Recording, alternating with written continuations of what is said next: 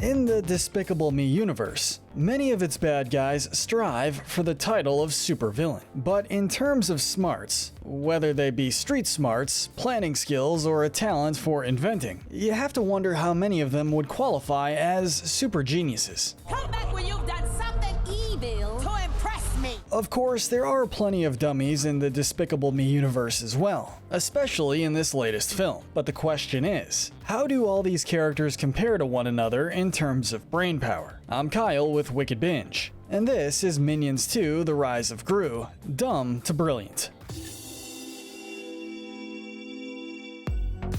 Just like with our previous videos, expect to see some major spoilers for the latest Minions movie. Additionally, while we may occasionally touch on the previous Minions film, since it's part of the same spin-off series, this video is going to be primarily focused on this most current movie. That also means we're pretty much going to be ignoring everything from the main Despicable Me series for now. With that said, let's start out with our first category, the characters who are not the brightest. At the very bottom of our list, we have the newest minion, Otto. Now, we don't want to be too harsh on this little guy, but it just has to be said. This braces-wearing minion is far from the smartest one in the group, and considering how dumb the rest of them are at times, that's certainly saying something. Now, outside his dumbest moment, which we'll get to in a moment, Otto is just kind of oblivious in general, with how much he likes to talk and go on long-winded stories. It can be hard for him to notice when people are annoyed or frustrated with him. To be fair, this may not necessarily equate to him being dumb, he just may have a hard time understanding social cues. This could also be the case whenever GRU, or one of the other minions, trick him into playing a game of sorts just so they can escape or get him to be quiet for a bit.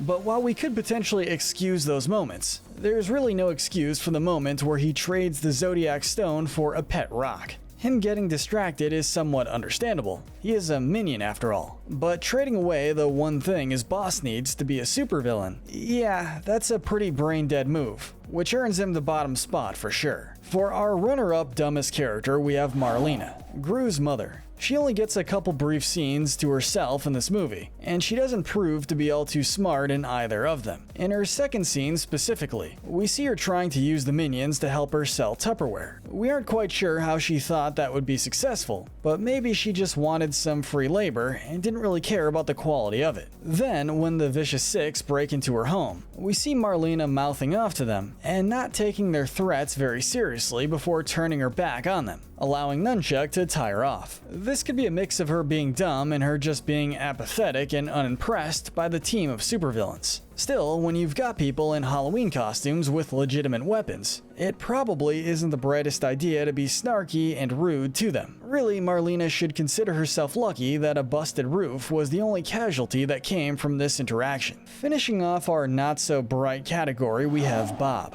Very much the youngest brother of the main minion trio, Bob is known for sometimes being a bit oblivious. Not to the level that Otto's at, but still a bit more oblivious than the average minion. We've seen in both Minions movies how it can sometimes be hard for Bob to fully realize the danger that he is. He also just comes off as incredibly innocent and naive at times, like when he's in a room full of mirrors and briefly believes that they're other minions, or when he's able to still fall asleep even after hearing Scarlet's bedtime story. However, he doesn't really have any incredibly dumb or potentially destructive moments like the previously mentioned characters. We even see him use his cuteness and puppy dog eyes to his advantage a couple times, which implies he knows how to manipulate people to a degree. For these reasons, we felt that he at the very least deserves to round out this section. But our next section is what we like to call the average folk. The characters who land somewhere between dumb and smart. Starting off this tier is the chaotic middle child of the main minion trio, Stuart. Stuart, to put it simply, is just kinda lazy and more than a little reckless. Whether he's trying to fly a plane or trying to learn Kung Fu, he often acts on impulse, or just does whatever he thinks is funny. Because he isn't always active in the action of these films and is often assigned as comedic relief, this can come off as him being pretty dumb. However, there's a pretty big difference between actually being dumb and just not trying to make smart decisions. For what it's worth, Stuart can occasionally pull off a move that implies he's got some skills in his little minion brain. He's one of the few minions we see play an instrument, that being his ukulele and guitar,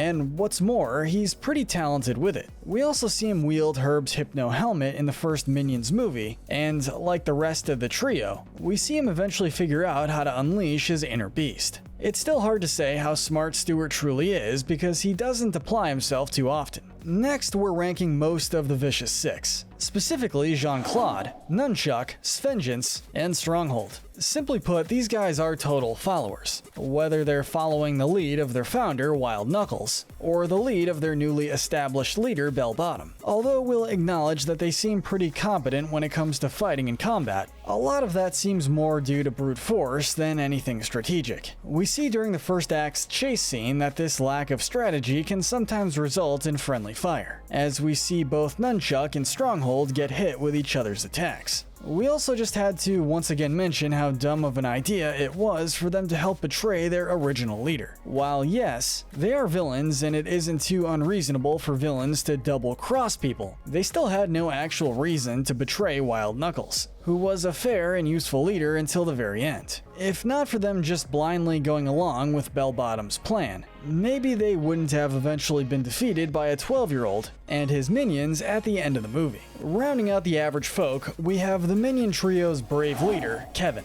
Kevin is certainly one of the more thoughtful minions, often having the most initiative and is usually the most responsible minion in the room. After all, he was the one who first decided to go look for a new boss after decades of not having one. It may not be a super impressive level of brainpower, which is why we can't rank him any higher, but it does help him stand out when compared to other minions. Not only is Kevin often able to lead the way, but he's also been shown to be pretty good at coming up with plans. Like when he gets the idea to disguise himself and the rest of the trio as pilots in order to get a flight to San Francisco, or when he suggests using camouflage to get past Wild Knuckles' guards. Kevin is also pretty good at thinking on his feet, able to turn things around when plans go wrong, or when stuff starts to get crazy. With the average folk wrapped up, let's get into the college bound. The characters who are just barely below are super geniuses. First off, we have the fierce Master Chow. Kung Fu isn't all about strong fists and fast feet. You also need plenty of skill and strategy, and Chow has that in spades. She's without a doubt a master fighter, using both strength and strategy to take out opponents much bigger than herself. She's also been a teacher for several years, and she's an effective teacher at that, even if her methods can sometimes be a bit harsh. Although she doesn't usually use a weapon, she's able to use her environment to her advantage, as we see her do during the fight in the alleyway outside her acupuncture clinic. Speaking of which, it also takes a huge amount of skill, accuracy, and knowledge of the human nervous system to be an acupuncturist. Not only is Chow skilled enough to help her clients, but she's even able to use acupuncture as a means to smack other people around.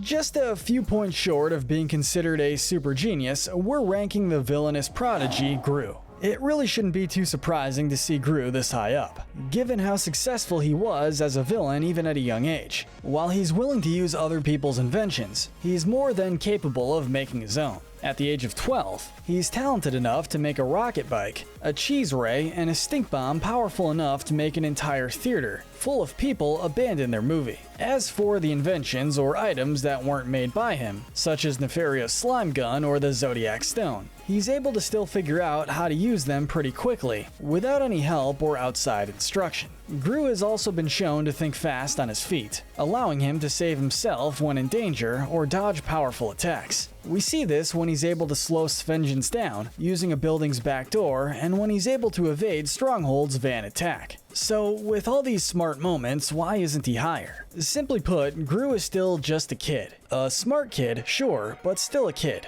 Are you pulling on my legs right now? He can be cocky and can sometimes make bad decisions without thinking of the consequences. One example of this comes after he steals the Zodiac Stone in the hopes of impressing the Vicious Six. Even after seeing how angry they are at him, GRU still naively believes that once he returns the stone, the group will acknowledge his skills and want him to join them. Still, this is more him being naive and hopeful about his villainous idols, rather than being outright dumb. Finally, we've arrived at the top of our list. These characters are the geniuses. For our bronze medal of braininess, we're giving it to Bellbottom. This deadly disco diva certainly proves her worth throughout the film, even if she's ultimately defeated in the end. Unlike most of her teammates, Belle is able to actually fight with some strategy. We see at the start of the film how she's able to outmaneuver the anti-villain league, getting away without any real trouble at all. Later on, we see her being able to avoid friendly fire from her teammates, and she ends up being the closest one to catch GRU.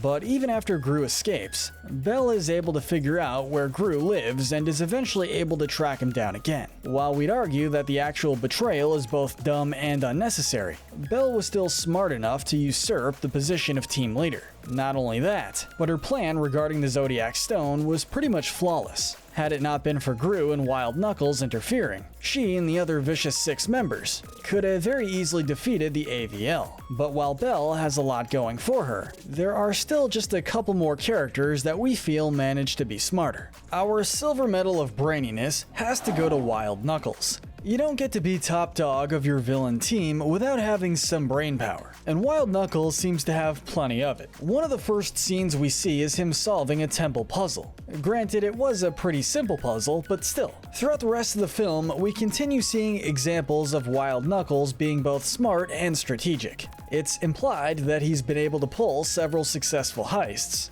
including the one that we see him do with GRU. Much like Belle and Chow, Wild Knuckles is one of the few characters we see fight with actual strategies and skill instead of just brute force. One of his most impressive scenes is when he's able to take out his guards in only 3 moves, even using one guy's chest hair as a means to briefly blind him. In all honesty, Knuckles could have very easily been our smartest character, and in a way he still is. He's the smartest when it comes to street smarts and fighting. However, when it comes to more traditional book smarts, one character is able to outmatch him in terms of brain power. Finally, we're giving our bronze medal of braininess to Dr. Nefario. Long before he became somewhat senile and easily confused, he was a true blue mad scientist, and a successful one at that. He's one of the 2 inventors that we see in the second film, with the second one, of course, being GRU. But as we mentioned, GRU still has some childishness that's holding him back. Nefario, however, doesn't have that weakness. Also, let's face it, his slime gun is both impressive and extremely effective. While we don't see many more of his inventions, it's still implied that he's made plenty of successful ones. Otherwise, why would the Vicious Six bother keeping him around? His engineering skills are also shown to be pretty useful. We see at the very end of the movie that he was the one who invented GRU's rocket car that we see him driving in the main Despicable Me franchise. Overall, while he may not have a huge role in the second Minions movie, his brief amount of screen time still gives plenty of time to shine. And honestly, it's just nice to see this guy in his prime. When it comes to inventing skills and scientific know-how, there's no one else more fitting for the title of Most Brilliant Minions 2 character. But let us know in the comments section if you agree with our ranking, and tell us what we should cover next. Remember to hit that notification bell and binge our other Minions videos. But most importantly, stay wicked.